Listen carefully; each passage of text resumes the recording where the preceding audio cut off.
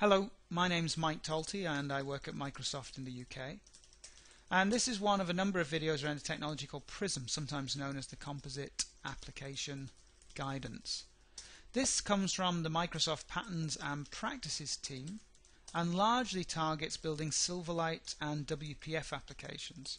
But you can use some of the techniques and the pieces delivered outside of those spaces. So you kind of get two things with Prism. You get some documentation and you get some libraries in the form of source code that you can build up for WPF or Silverlight. And as I say, you don't have to use these inside of those kinds of applications, but some of the technologies in Prism are specific for UI work with these two technologies. Prism has a friend called Unity, which is another framework, and we'll talk about that as well in these videos.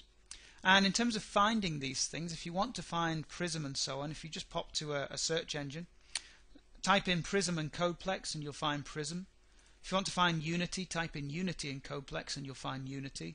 If you want to find these videos, you can go to channel9msdn.com/niners/mtaulty, that's me, and I'll put these videos on this site here. If you want to find me, you can go to mtaulty.com, that's my blog, and you'll find it there. If you want to find me on Twitter, you can go to twitter.com/mtaulty and you can find me on there as well. And if you want to find me on email, I'm just mtaulty@microsoft.com.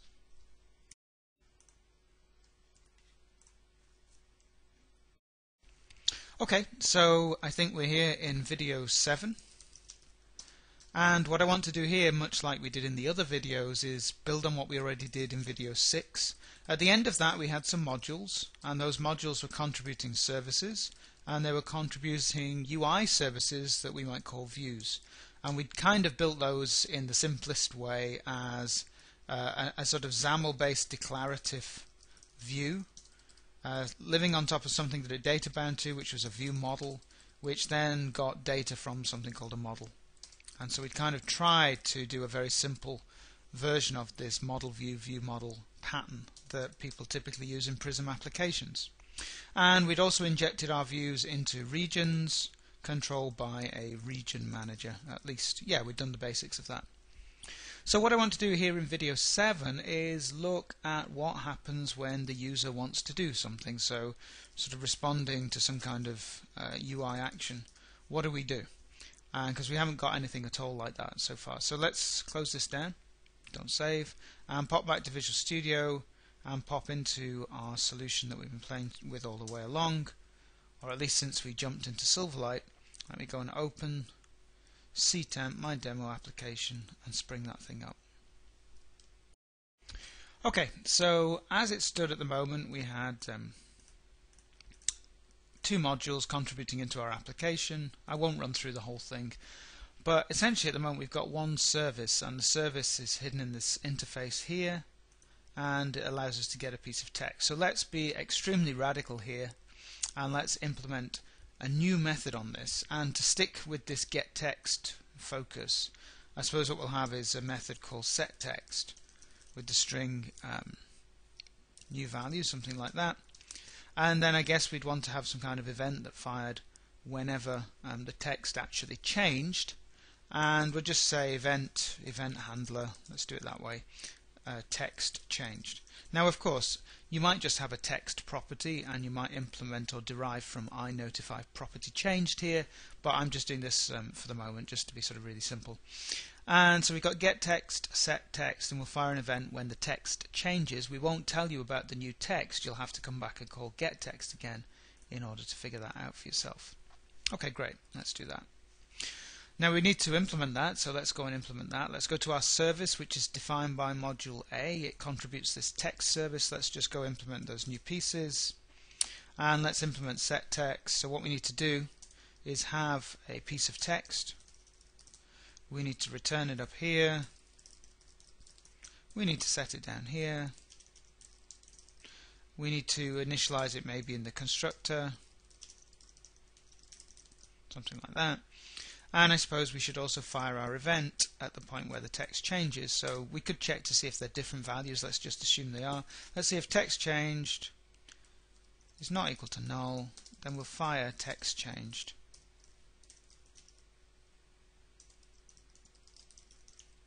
Fine. So we're going to fire that. That's great.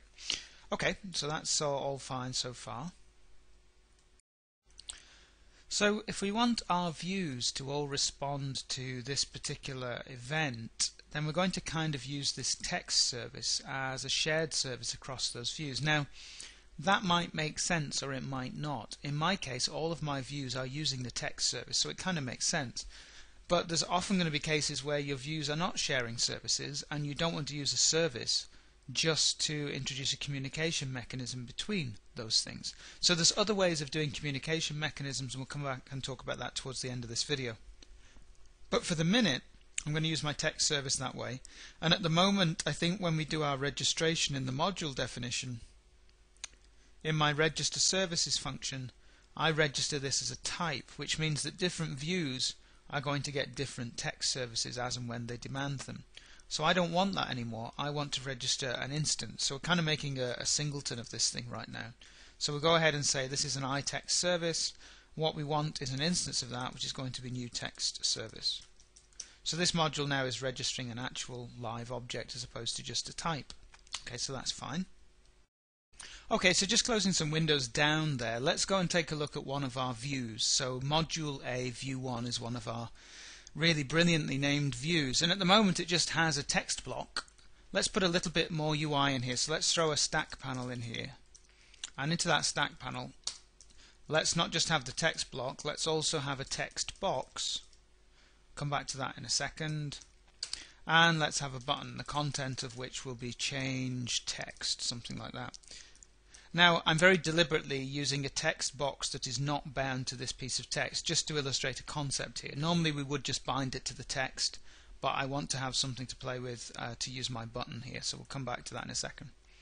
Now, usually what we do is, if this button is going to change the text when you click on it, then we would write a click handler. So we'd say click equals, and we put some code into the code behind. The problem with that is if we go to our code behind, which is our view, up until now this view has been really entirely declarative. So up until now this view only knows that there is a view model. It doesn't really know anything about that, it just puts it into its data context and that's it. If we start to put a bunch of functionality into here, then we'd have to come to be able to test this class in isolation. But this class is formed from a lump of XAML with UI and the code behind, so it gets rather difficult to do that. And we don't really want to teach this class any more about this model than just to data bind to it. Consequently, we don't really want this click handler in here. So I'm going to take it back out again. Let's go back to the XAML. So how do we solve the problem of handling the click event on the button declaratively without putting code into the code behind file here and cluttering up our view? In WPF there is a concept of commanding. So in WPF you'll find items like buttons and menu items and so on have commands associated with them. And the idea of a command is it's something that you can kind of execute, and it's something you can also ask to check whether execution is allowed or not. So it has the notion of whether it's sort of enabled or not. Silverlight doesn't really have the notion of commanding. It does support the iCommand interface, but there are no commands in the framework that you'll find. Also, WPF has again a more flexible framework around binding these commands to actual pieces of code, which is missing from Silverlight. So that's not too bad, because Prism comes along and contributes the idea of commanding at least at a basic level. And what it means is that we can actually handle things like the click interaction here outside of any code that relates to this visual tree of elements. So we don't have to put handlers into code that's associated with this. We can actually put those handlers somewhere else. And so the way that this works is that we put the commands and the handlers typically for them as well, although that's not really prescribed, onto our view models, because we're already binding to the view model, so we could use that. So let's get rid of this click handler here. We're not going to use that, and let's go over to our view model. Okay, so our view model is this guy here, module A, view 1, view model. Oh, do I wish that I'd come up with different names for these things. Okay, so here's our view model, and it knows about everything that's going on that view. It provides the data that goes on the view through this text property. So it can also provide a command that can be used on the view. And there's a couple of different kinds of commands built into Prism for Silverlight, but fundamentally what we want is an iCommand. And let's call this the change text command for argument's sake. Okay, and this is a property that we want to bind to, and so we need to keep a command around. Let's call this the change text command. And what we'll do is we'll say if change text command is null, so we'll just lazily assign this, otherwise just return it. And if it is null, we need to create it, so we'll make one. And there's two different kinds of commands in the framework, the most common being the delegate command, i.e. a function that takes some argument and does something. So I think to bring that in we'll need a new reference. Let's just check the references for this project. Yeah, let's just go and add a reference to another Prism library. It's the composite presentation library that we brought in our shell in order to define regions, so let's use that here as well. So what we want here is a delegate command. We're going to pass it a string. That's what's going to execute. And you have a choice now. You can either write an action inline, or you could write an action as a separate method. So let's go and write an action as a separate method just to make it clear. So we'll say on change text command executed, something like that. You can also write another function that returns whether the command is enabled or not. So very simply I could just say s produces true, so that would be fine, and that would tell you whether the command could execute or not. In this case it would be hard-coded to say yes, but the default's going to leave it enabled anyway, so we'll just do that. Let's write a private function void on change text command executed, and that's going to take a string new text, something like that. Okay, great. So hopefully that now matches that pattern. So we have now this command of type iCommand, which is called the change text command. And what we need to do is surface that in our data-bound view. So let's go back to the view, and we need in here to bring in the Prism support for commanding. So let's say XML namespace commands equals, and let's go and see if we can find commands in here. Presentation.co looks like commands to me. Let's have a look. So this is just mapping into a commands namespace in the presentation namespace of the practices stuff. And so what we want on our button here is a property commands : click command equals, and we want to bind that to whatever we just called that thing on our model, which I've already forgotten. It's called change text command. Let's just copy that. Let's go back over here. And so hopefully you can see what we're saying is this button fires this command, change text, and that is not in the code behind. That's not anything to do with the visual elements that form the UI. That's just somewhere else. Now the other thing we want to pass to that is a string, and you perhaps now start to see the reason why I left this text box on the screen. Let's set a min width on that, so let's say equals 192. Let's set a name on it. Let's say text value, something like that. Because when you fire this command, I also need to pass commands click dot command parameter, which is going to be binding. We can say element name equals text value, path equals text. Okay, so we're saying that this button fires this command with this parameter. Okay, so that's what it's going to do. Now, I don't think we've finished the implementation yet of this command, so let's go back to our view model, and when the command actually executes, we're going to run this function. And what we want to do is say text service dot set text with the new text. Now that's fine, that's going to go down into our central one and only text service and change that piece of text when you click that button. However, no one's going to get notified because we're not handling any kind of notification right now. So on our view models, which are data bound, we need to make sure that the text property is flagged as changing whenever the text service tells us that it's changed. So let's do that pretty simply. Standard way of doing that is by implementing iNotify property changed. So let's just throw that on there. It just gives us an event to fire.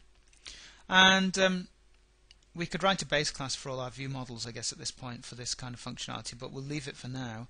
I'll take away this private setter because we weren't using it anyway. And what we'll do is we'll say, okay, we want to handle the text services text change event such that when that fires, what we need to do is we need to say property changed, at least if somebody's synced up to it.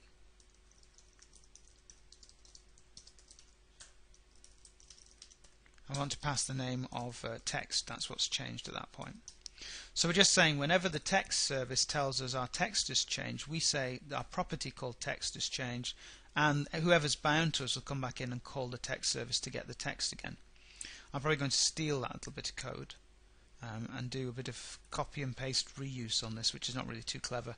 But that's one view model that we've got. Just because all our view models are so similar, let's go to view model 2, and it needs to do the same thing. It also needs to implement iNotify property change, and it needs to do a very similar thing around its text service as well. That should be okay, I think. And then finally, if we go to our other module, which is down here, got a view model in there which uses the text service, and it needs to do a similar thing and also implement iNotify property changed. And again, that's okay, we don't have a setter on that thing anyway. So now what we should have is, if we can build all this up, and let's see what happens at the point where we run it. And let me see if I can just put a breakpoint into where that command actually executes, which would be in our module A view 1 view model. So here is when the command actually executes. So let's press F5 on this. Let that spin up.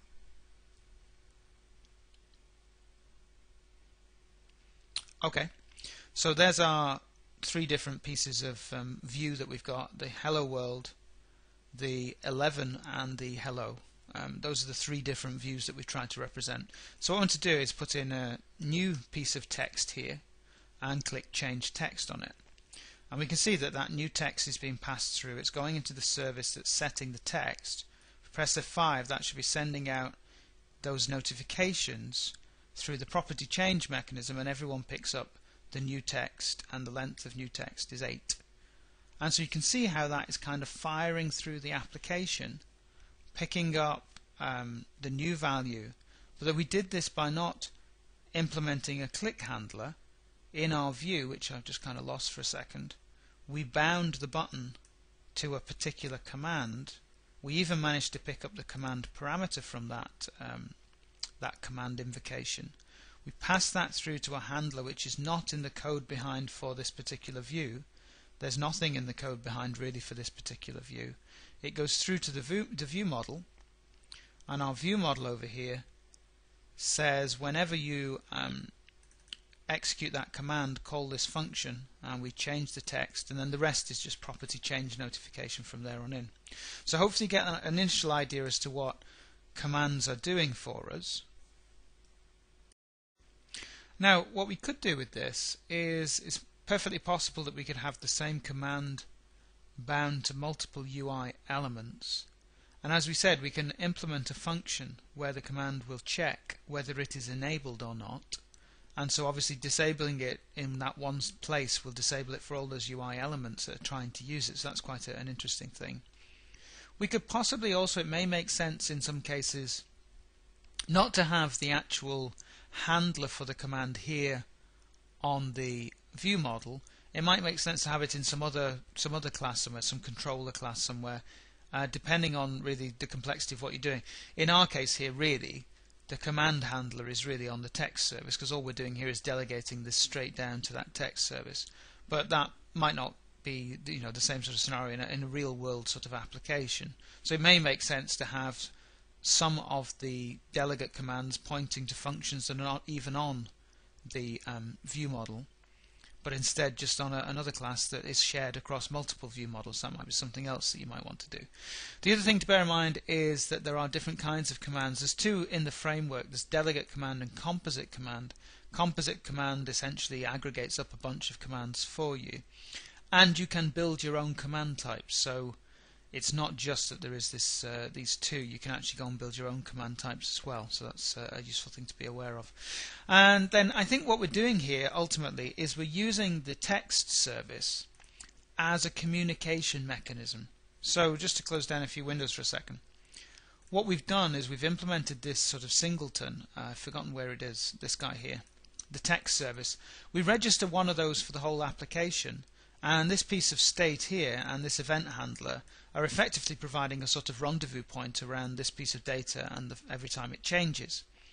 Now in some cases that may well work because our two modules both display at the moment views that rely on services provided by that text service, even if only at the interface level.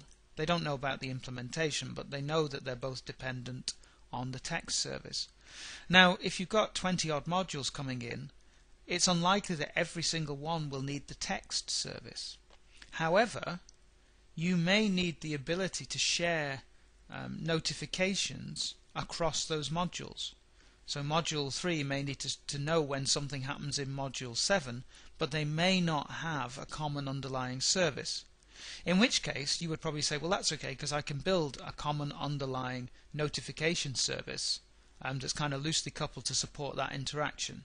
And that's where we'll go in our next video because there's already one of those in the Prism libraries. So we'll kind of rework this code in the next video to stop communicating via the text service and communicate a different way.